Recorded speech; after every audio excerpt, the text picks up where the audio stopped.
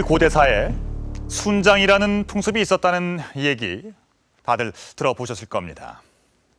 순장, 죽은 이를 위해서 산 사람을 함께 묻는 장례법입니다. 지금의 우리가 생각하기에는 잔혹하기가 짝이 없는 일이죠. 하지만 그냥 역사 속의 하나의 장례 풍습이라고 생각해버리기에는 의문점이 한둘이 아닙니다. 어떤 사람이 순장됐을까? 산채로 묻혔는지, 살해당했던 것인지, 또 이런 잔인한 풍습은 도대체 왜 생겨난 것인지. 최근 경남 창녕 송현동 15호분에서 함께 묻힌 4구의 인골이 발견됐습니다. 아마도 순장된 유골들이라고 추정이 되고 있는데요. 과연 이들은 누구이며 어떻게 순장이 된 걸까요? 오늘은 1500여 년 전 실제 우리 역사에 존재했던 기묘한 장례 풍습, 순장을 추적해 보겠습니다.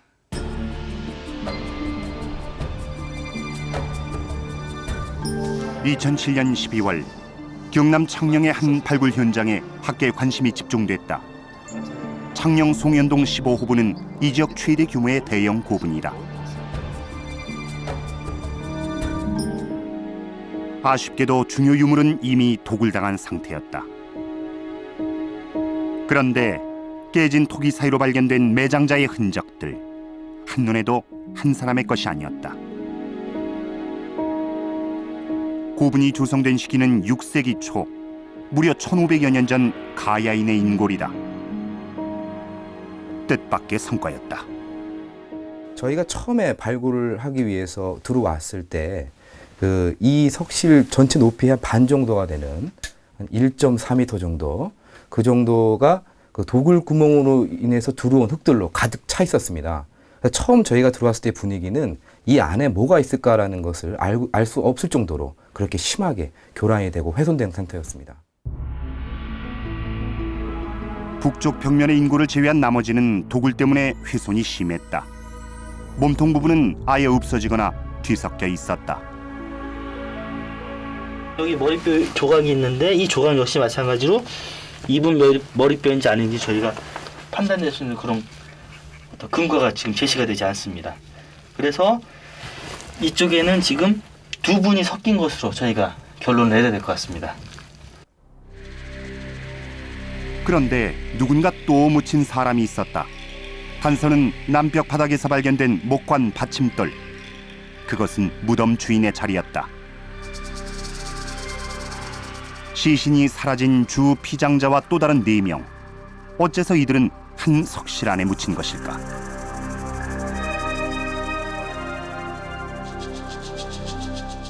송현동 15호분은 순장묘인가?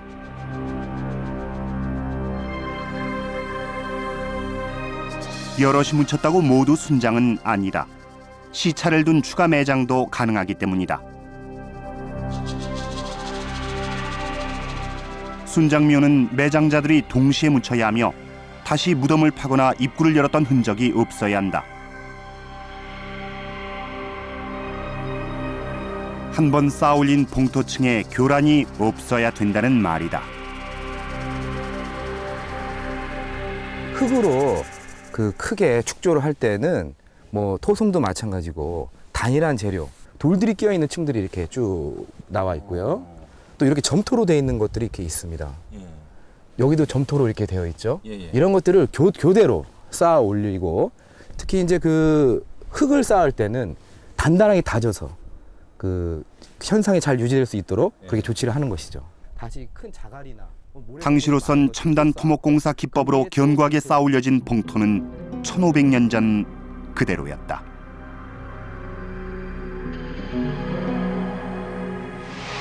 인골의 배치도 순장묘의 특징을 띈다. 시상돌의 흔적으로 보아 주 피장자는 남쪽으로 머리를 두고 누웠을 것이다. 그 발치에 위치한 4명의 머리 방향은 동쪽이다. 순장자를 주인공과 다르게 교차되게 넣는다는 것은 첫째, 주인공과 구별하기 위한 것이고요. 또 하나는 순장자 자체가 하나의 볼품으로 취급된 것이 아닌가. 그래서 순장 주인공과 주축 방향을 다르게 하는 것은 주인공과 둘의 사이 구별하기 위한 의도가 있었던 것이 아닌가 이렇게 생각됩니다. 지난해 4월 인골 수습이 진행됐다. 이례적으로 전문가 3팀이 동시에 투입됐다. 최근 법의학, 유전학 같은 첨단 기법이 적극 도입되면서 고인골은 가장 중요한 유물 자료가 됐다. 이렇게 해서요. 저는 근데 아직 위에 있었던 요 부분이 오른쪽 위팔뼈 몸통. 북벽 쪽 인골은 머리부터 발끝까지 온전한 상태여서 발굴팀의 기대감은 커졌다. 크지 않은 키에 아담한 체구, 뼈의 상태로 보아 10대로 추정됐다.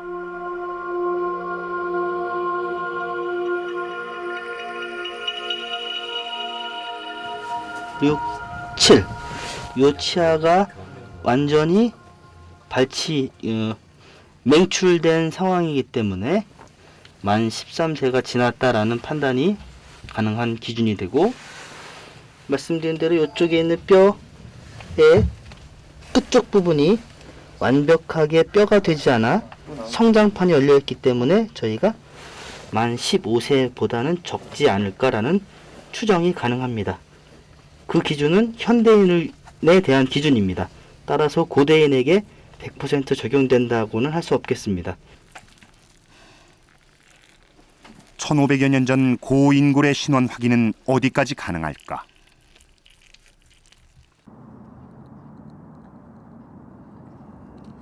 수습된 인골은 가톨릭 의대 응용해부학 연구소로 옮겨졌다. 법의학자들의 정밀 분석이 이곳에서 진행됐다.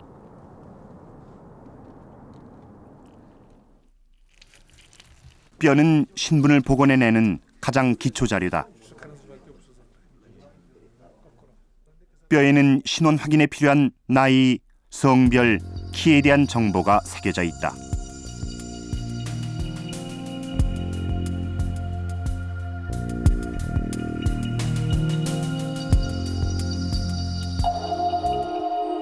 분석 결과 4명의 인골은 2명의 여자와 2명의 남자였다.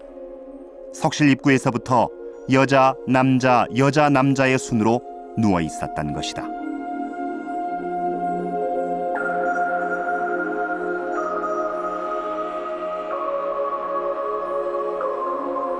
금귀고리를 한 인골은 여자였다. 어떻게 만들었는지 상태가 온전한 만큼 좀 더 많은 정보를 얻을 수 있다. 뼈의 곳곳엔 사망 당시 나이가 남아 있었다. 우리가 이제 이런 거 갖고 판단할 수 있는 건 현재로서는 이건 남자 여자의 특징이라기보다는 나이를 많이 드시면 이러한 봉합들이 서로 닫혀서 서로 연결돼 버립니다. 선이 없어지고. 그런데 비교적 뚜렷하게 남아 있는 걸 봐서는 나이가 이렇게 많으신 분은 아니었구나 하는 걸 저희가 알 수 있고요. 정확한 나이는 몇 살일까? 이게 최대한 인체의 비교적 긴 부위인 팔뼈, 다리뼈의 성장판을 살펴보면 추정 나이 폭을 더 좁힐 수 있다. 생각해 보면은 그 나이 또래 또는 그보다 좀 어리게 우리가 추측할 수 있는 것 같아요. 그렇죠? 현대 사람들 기준으로 했을 때. 뼈의 끝부분인 성장판은 성인이 되면 완전히 닫혀 흔적이 없어지는데 모든 성장판이 열려 있었다. 예. 그 부분. 요 부분하고 밑에 요 아래쪽에 보면은 여기도 보면 이렇게 예. 전에 지금 다른 뼈가 마치 접착제로 붙여 있는 것처럼 이렇게 지금 모양을 나타내고 있죠. 예.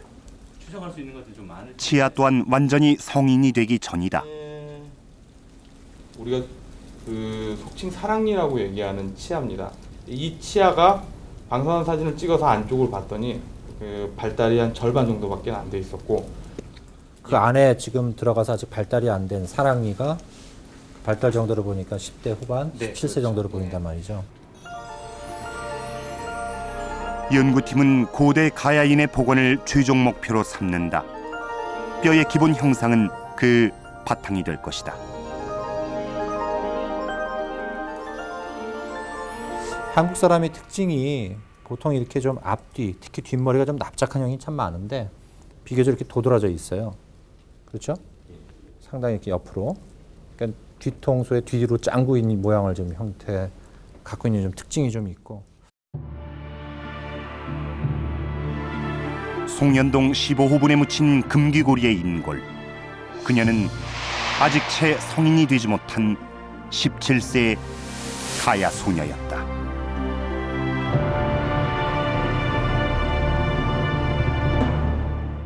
송현동 순장묘에서 가장 온전했던 인골은 17세 가량의 가야 소녀였습니다.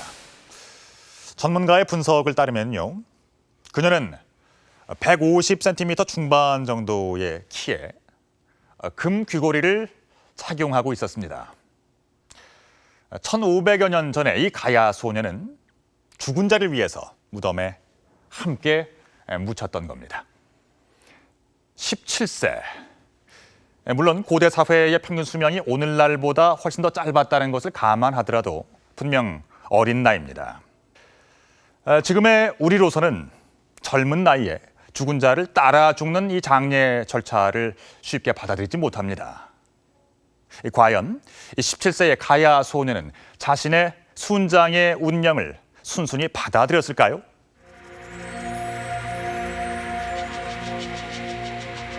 (2500여 년 전) 고대 중국에서는 한반도보다 앞서 순장 풍습이 성행했다. 순장자의 인골은 처참하다. 구덩이에 아무렇게나 던져졌거나 생매장 당했다. 목이 잘린 여러 구의 순장 인골들, 심지어 꿇어앉은 자세로 살해당한 모습의 순장자도 있다. 그래서 이제 순장이라는 것이 이제 인간의 어떤 강한 예속성을 보여주기 때문에 고대 노예제 사회의 어떤 특성으로 이야기되어 왔습니다. 그래서 이제 순장당한 사람의 인골이 나올 경우에는 대개 그것을 이제 비판 없이 노예라고 이제 보아왔었죠. 대표적인 예가 요동반도에 있는 강상묘, 로상묘 이런 청동기 시대 무덤에서 나온 인골들을 다 순장된 노예로 봤던 북한학계 견해가 대표적이라고 할 수가 있겠습니다.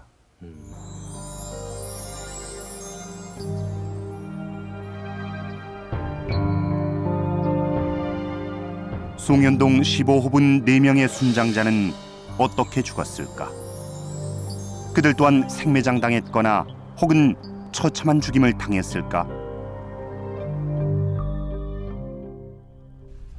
발굴팀이 인골의 누운 자세를 세심히 관찰한다. 그런데 송현동 순장 인골은 중국의 경우와 많이 달랐다. 자세를 봐서는 종아리뼈, 정갑뼈의 자세를 봐서는 똑바로 누운 자세로 판단이 되고, 그 자세에서 아마 발이 똑바로 있었을 텐데 그게 조금 이렇게 약간 주저앉은 듯한 어떤 그런 자세라고 생각이 됩니다. 그리고 원래 시신이 사망하시게 되면 약간 발바닥 쪽으로 좀 굽혀지기 때문에 이 자세가 흐트러지지 않은 자세라고 현재 볼 수 있겠습니다.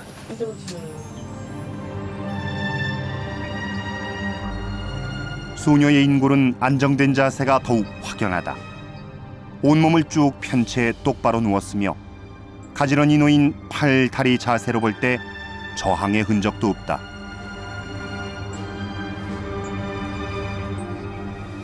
현재 이분의 자세는 똑바로 누워서 하늘을 바라본 자세로 누워 있습니다. 팔을 보시면 왼팔과 오른팔 모두 손등이 하늘로 향하는 자세를 갖추고 있습니다. 순장자들은 편한 자세로 매장됐으며 배치된 간격 또한 일정하고 가지런하다. 최소한 생매장의 가혹한 죽음은 아니었을 것이다. 그렇다면 순장자는 어떤 방법으로 죽었을까? 경북 경산의 임당동 고분군. 지난 1982년부터 16년 동안 계속된 대규모 발굴이었다. 만여 점 이상의 고대 유물이 쏟아졌으며 수십여 구의 인골이 발굴됐다.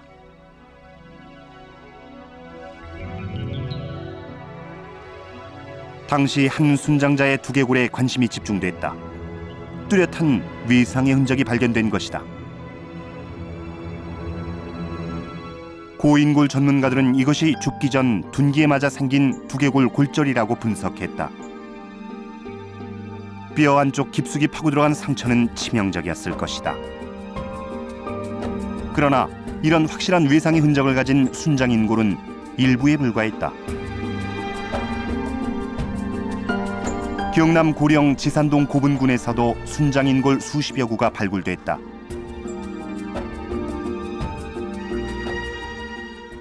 고인골 전문가 김재현 교수는 대가야 최대 고분인 지산동 44호분부터 최근 발굴된 73호분의 인골들을 분석했다. 순장자 대부분은 타살의 흔적이나 외상이 없었다. 대퇴골 길이가 430. 요번에 우리가 확인된 바로도 역시 뭐냐면 여기서 나타나는 인골들은 전혀 그러한 뭐 일반적인 그 흉기라든가 이런 것에 의해서 살해되었던 흔적은 전혀 나타나지 않는다는 것. 그것은 대려 이들이 만약에 그 막 자살이라는 형태로서 죽음을 택한다 하더라도 그렇게 잔혹한 방법이 아닌 스스로의 그러한 의사에 의해서 죽었을 가능성이 더 크다는 거죠. 두개골, 아예 두개골. 오히려 경산 임당동 고분에선 순장자가 상당한 예우를 받은 흔적이 발견됐다. 두각에 요게 주피장자의 다리뼈고 순장자의 다리뼈인데 지금 주피장자의 무릎을 굉장히 붙여가지고 묶어서 묻었기 때문에 나타나는 현상이라고 볼 수 없는 그런 현상으로 나오고 있습니다. 역시 순장자 역시도 마찬가지로 다른 순장자하고는 다르게 이렇게 가까이 무릎이 붙어 있는 걸 볼 수 있습니다. 그래서 이것은 사람이 죽고 난 다음에 그것을 염을 해서 또 염습을 처리를 한 다음에 이 무덤 속으로 들어갔기 때문에 나타난 현상으로 보입니다. 그러니까 주인공이 죽었을 때는 당연히 내가 시중 들던 사람 가운데 어떤 사람을 골랐을 거고, 그럼 그 사람은 당연히 내가 저승에 가서도 주인공을 모셔야 된다는 생각을 하고 있었기 때문에 당연시 죽음을 받아들였을 가능성을 알려주는 자리라고 할 수가 있습니다. 고구려 동천왕이 죽자 근신들이 스스로 순장되기를 바랐으며 결국 무덤 앞에서 따라 죽는 이가 많았다고 삼국사기는 전한다. 왕을 따라 죽는 이를 마지막 신하된 도리라 여겼던 것일까? 송년동 15호분의 순장자, 편안한 자세로 누워있던 17세 가야 소녀는 죽음을 어떻게 받아들였을까?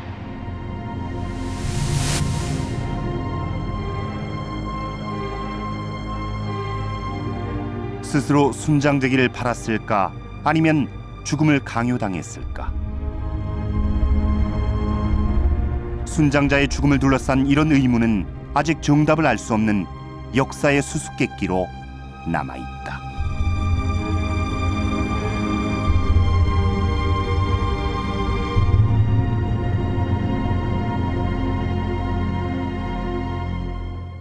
순장당한 사람들이 이제 자발적으로 죽었는지 아니면 강제적으로 죽었는지는 분명치 않습니다. 예를 들어서 신체 일부가 절단된 흔적이 보이거나 그럴 경우에는 이건 분명히 강제로 죽임을 당한 것이지만, 이제 그렇지 않다 하더라도 이것이 반드시 자발적이냐 알 수가 없는 것이, 약을 먹거나 아니면은 이제 교사를 하거나 이럴 경우에는 정확히 알 수가 없죠.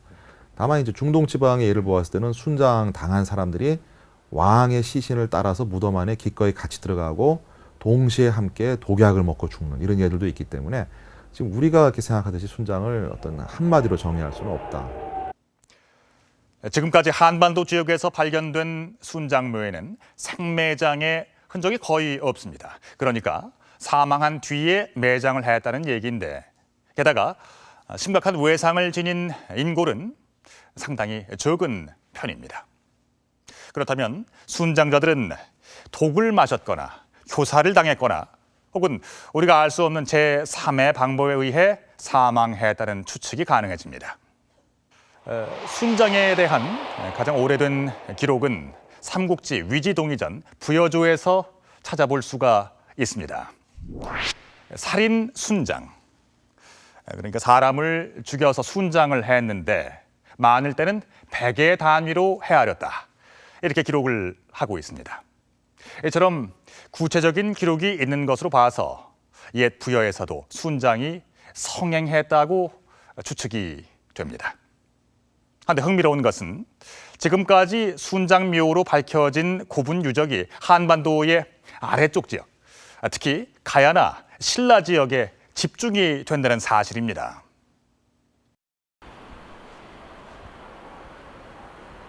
경북 고령의 대가야 왕릉 전시관.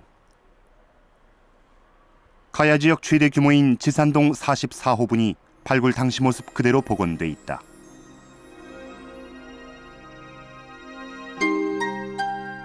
주실과 부실을 가운데 두고 부채살 모양으로 32개의 순장 석실이 둘러싸고 있다. 주 피장자 한 명을 위한 순장자만 40여 명. 죽어서도 이런 엄청난 권력을 휘둘렀던 자는 누구였을까?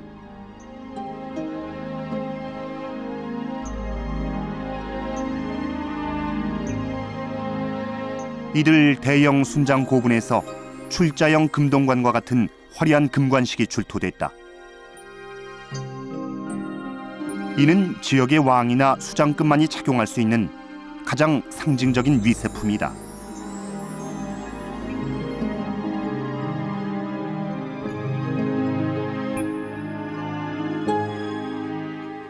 순장이란 것은 고령지산동뿐만 아니라 대가의 권력의 고분에서 봤을 때 수장에 한해서만 이루어지는 겁니다. 그 지역에 따라서 경제력이 있다 또는 실력이 있다고 해서 함부로 순장을 행했던 것이 아니고 대가야 왕이 인정한 지역의 수장에 한해서만 아마 순장이 이루어졌던 것이 아닌가. 이것은 대가야 권력의 고분군의 일관된 어떤 뭔가 규제가 있었던 걸로 생각됩니다. 한 가지 특이한 점은 순장묘가 유독 옛 신라와 가야 지역이었던 지금의 영남 지역에서만 성행했다는 사실이다. 도대체 순장 풍습은 어디서 생겨난 것인가? 순장이라는 것은 원래 우리나라 고대에 우리나라 전역에 있는 게 아니고 영남에만 한정되는 한시적인 그런 습속인데 그게 원래 이쪽 편에 자생이 아니고 원래 뭔가 이유 때문에 북방 유목민족의 습속이 영남에 들어온 거예요. 그게 한시적으로 존재를 했는데 들어올 때는 똑같이 김해를 중심으로 해가지고 가야라든지 신라라든지 영남 전역에 확산돼가 영남에만 머무는 거예요. 원래 원료는 아마 북방 유목민족의 습속이에요. 순장이 북방 유목민족의 습속과 관계가 있음을 보여주는 유적이 있다. 김해를 중심으로 번성했던 금관가야는 고구려의 공격을 받기 전까지 가야연맹의 맹주였다. 금관가야의 지배층 묘역으로 알려진 김해 대성동 고분군. 일찍부터 순장 풍습이 유입된 곳이다. 1990년 발굴을 시작할 때 이곳은 볼 것 없는 구릉지였다. 그러나 순장 무덤과 함께 연이어 쏟아지는 가야 유물 수천 점. 국내외 학계가 들썩였다. 일본 고고학자들의 현장 답사도 줄을 이었다. 그리고 누구도 예상 못했던 특별한 유물이 국내 최초로 발견된다. 청동솥, 동복이었다. 29분에서 출토된 오르도스형 동복. 중국 내몽고 자치구 오르도스 지역의 북방 기마민족 문화를 대표하는 지표 유물이다. 말을 탈 때 옷이 흩날리는 것을 잡아주는 호형 대구 또한 전형적인 북방 기마민족의 유물이다.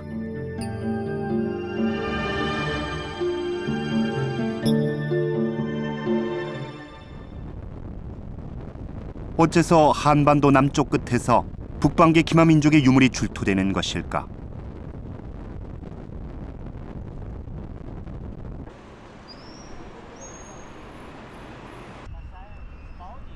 내몽고의 성도 후호하우터에 위치한 박물관.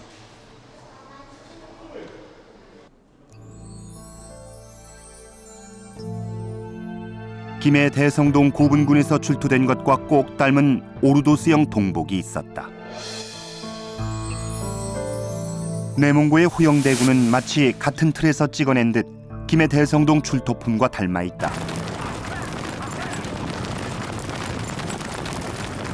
순장 또한 북방 유목민족의 장예법, 동복과 같은 실용품과 순장이란 무형의 풍습은 어떤 계기에서 어떤 경로로 한반도 남쪽 끝에 나타나게 되는 것일까? 길림성의 대평원 일대는 부여의 옛 영토였다.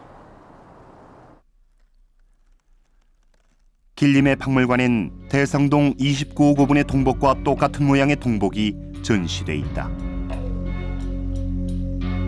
분명 한민족의 고대 국가였던 부여의 유물이었다.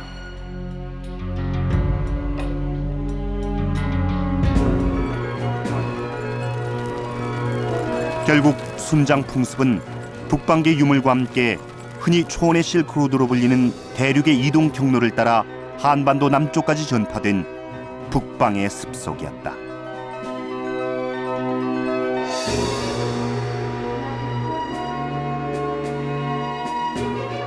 누가 권력자가 자기가 죽었을 때 순장을 시키면은 노동력 전도 없었기 때문에 농경사회는 순장을 하지 않는 거예요. 원래 이제 그 목축사회, 그러니까 목축사회에서는 이제 그 목축의 먹이에 따라 이동을 하기 때문에 그래서 막 노동력이 필요 없기 때문에 그런 데서 순장을 하는 거예요. 그게 이상하게 고구려를 뛰어넘고 백제를 뛰어넘어 가지고 이제 영남에만 한정되는 건데.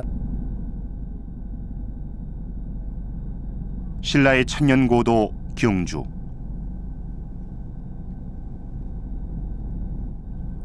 대릉원 고분군의 황남대총은 국내에서 제일 큰 5세기 신라 고분이다. 두 개의 봉분이 이어진 황남대총에서도 순장 흔적이 발견됐다. 큰 목과 안에 왕족인 60대 남자가 안치돼 있고 관 밖에 15세 여성으로 밝혀진 순장자가 묻혀 있다.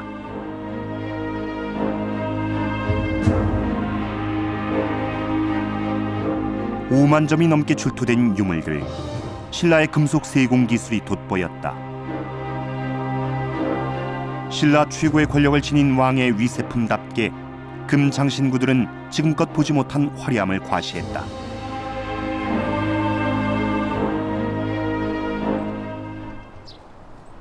(5세기) 초부터 신라는 주변 속국을 포섭하면서 세력을 확장해 나갔다. 561년 진흥왕 척경비가 세워질 때까지 창녕가야의 토착 세력은 조금씩 신라 쪽으로 흡수돼 갔을 것이다. 5세기 때부터 신라가 이제 영남의 강자로 등장하는 거죠. 등장하면서 원래 가야 지역의 많은 부분이 신라 쪽으로 정치적으로 이제 기울었죠. 그게 이제 그 대표적인 하나가 이 창녕의 이런 고분군들인데 이른바 비살벌 가야예요. 그런데 이제 내용으로 보면은 어디까지나 그 친신라적이다. 그렇게 하는데 이제 여기서 이제 중시하는 것은 친신라적이지만은 신라가 직접 다스리는 게 아니다. 원래 토착 세력의 그 토착의 지배자들, 그리고 지역의 왕들의 기득권을 인정해줬다. 황남대총에서 출토된 출자형 금동관은 전형적인 신라 양식이다. 똑같은 금동관이 경산을 비롯한 순장고분 곳곳에서 발견됐다. 이런 화려한 위세품은 신라 왕실이 하사한 것이 틀림없었다. 경주 지배 집단은 새로이 신라 영역으로 들어왔던 지역에 대해 가지고 지방권을 직접 파견해 가지고 지배해 나갈 체제를 아직 갖추지 못했기 때문에 기존의 이 지방 세력을 지배 세력을 이용하려고 했던 겁니다.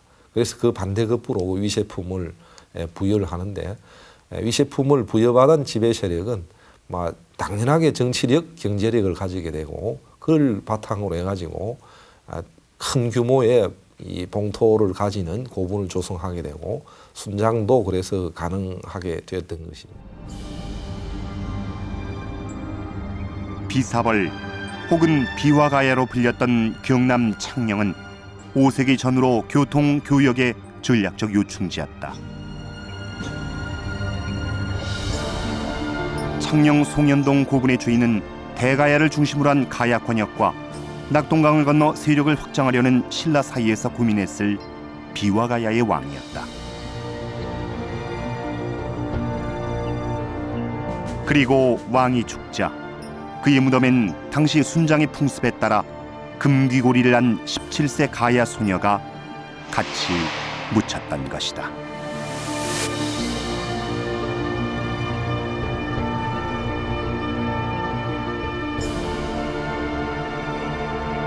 죽음을 다루는 의식에는 엄격한 절차와 규율이라는 것이 있기 마련입니다.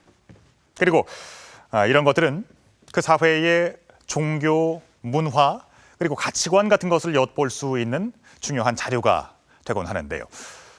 안타깝게도 순장의 절차에 대한 자세한 기록은 찾아볼 수가 없습니다.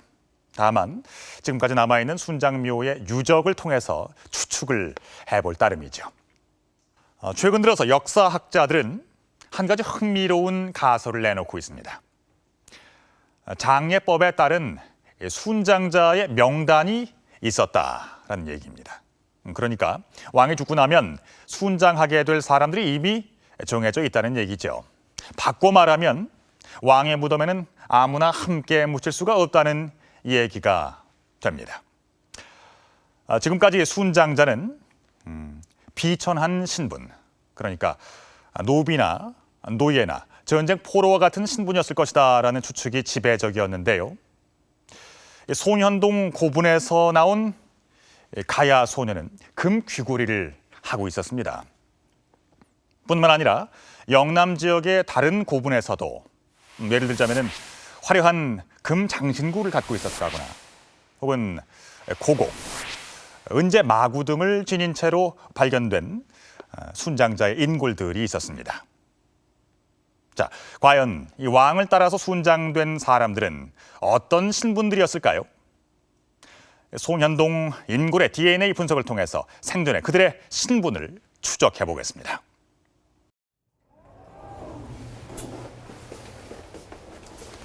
최근 순장묘에 묻힌 피장자의 관계를 밝히려는 노력이 계속되고 있다. 인골의 DNA 분석은 그 핵심 기술이다. 국립문화재연구소에서 송현동 고분 순장자의 DNA를 분석해보기로 했다. 한 분, 두 분, 오래된 뼈에선 DNA 추출을 하지 못하는 경우도 많다. 그래서 대퇴골뼈, 정강이 뼈같이 크고 단단한 뼈를 선택한다. DNA가 남아있을 가능성이 비교적 높기 때문이다.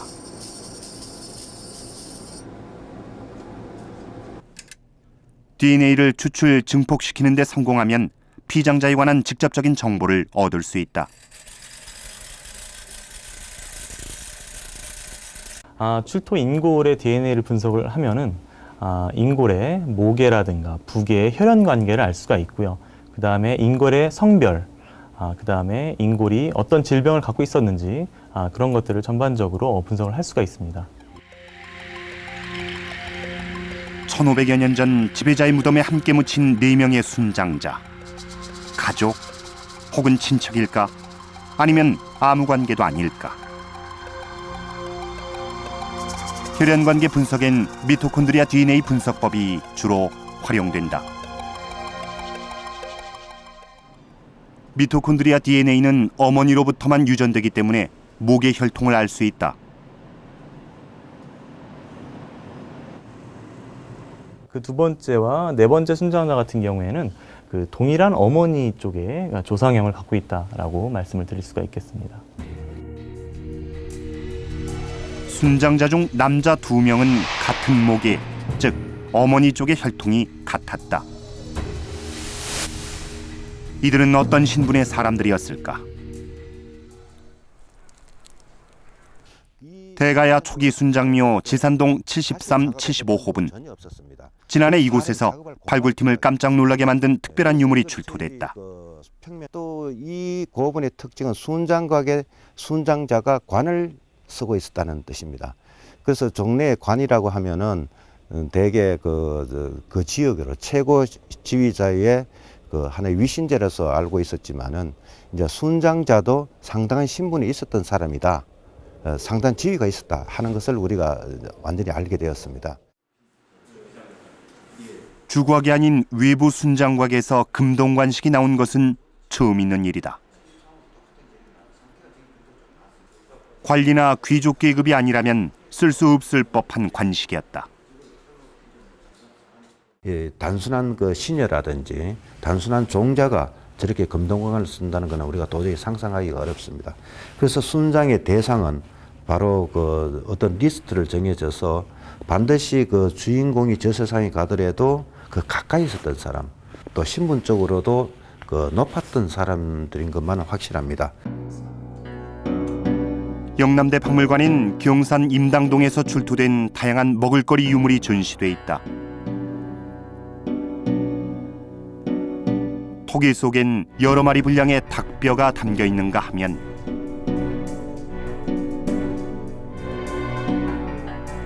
말뼈를 비롯한 동물뼈가 많이 나왔다.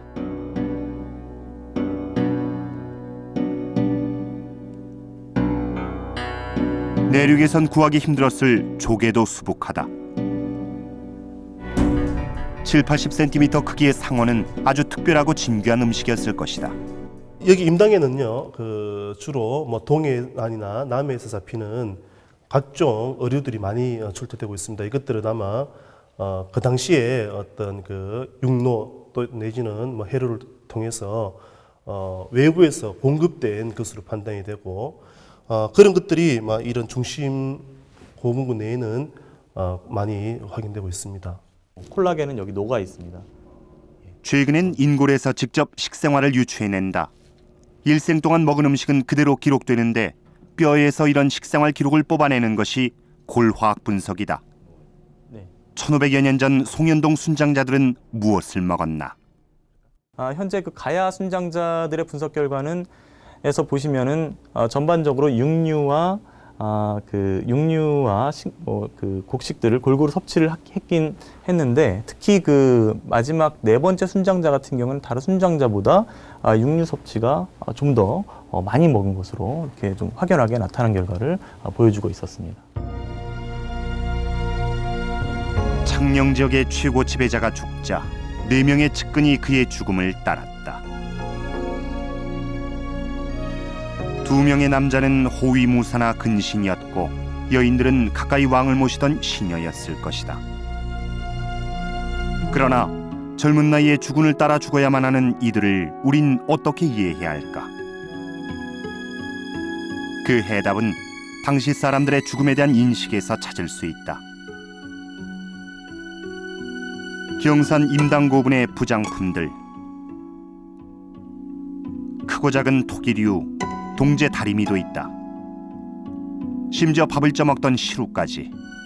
왕은 살아서 사용하던 것들을 무덤까지 가지고 간 것이다. 그 고대 사회에서는 사람이 죽으면 저 세상에서 죽지 않고 영원히 살아간다. 그런데 이승에서의 그 신분이 저승에서도 계속 이어진다고 생각해요. 소위 계세사상이라고 이제 그거를 표현을 하는데, 그거하고 연관해서 보면 그 대가야 왕이 가지고 있는 그런 권위와 그런 직능, 그 권력을 저 세상에서도 똑같이 하라 하고 해서 저 세상에서 살기 위해서 측근도 있어야 되고 그 산업도 해야 되고. 6세기 초 신라 지중왕은 순장 금지를 명했다. 그로부터 200여 년이 지난 7세기 말, 통일신라의 무덤에서 다양한 토용들이 출토됐다. 순장자의 자리를 토용이 대신하게 된 것이다.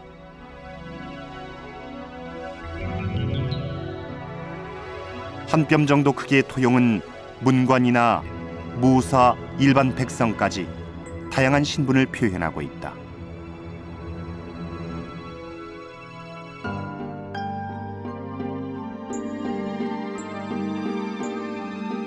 여인이 옷깃을 들어 눈물을 훔친다.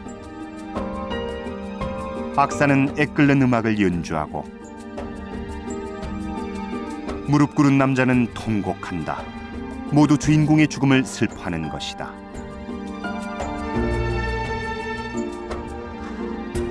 흙으로 빚어진 인형은 고대 사회의 무덤의 주인공과 함께 순장됐던 신하나 시녀 호위무사의 다른 모습이었다. 신라의 경우에는 6세기로 접어들면서 불교를 공인하고 그와 함께 이제 순장을 금지시키고 이 무덤에 많은 양의 에너지를 투입하는 이런 단계를 벗어나게 되는 것이죠.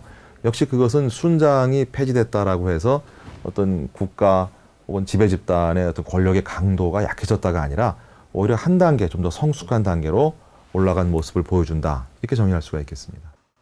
부족 국가 체제에서 벗어나 본격적인 중앙 집권 국가 시대로 접어들면서 백성은 강력한 국가를 만들어내는 중요한 구성원으로 여겨졌습니다. 그러니 당연히 300~400년간 성행했던 순장 제도는 사라집니다. 인간을 제2의 제물로 쓸 수도 있다는 이 순장 풍습은 그 누구에게도 이로울 것이 없는 원시적인 사회 풍습이었기 때문이죠.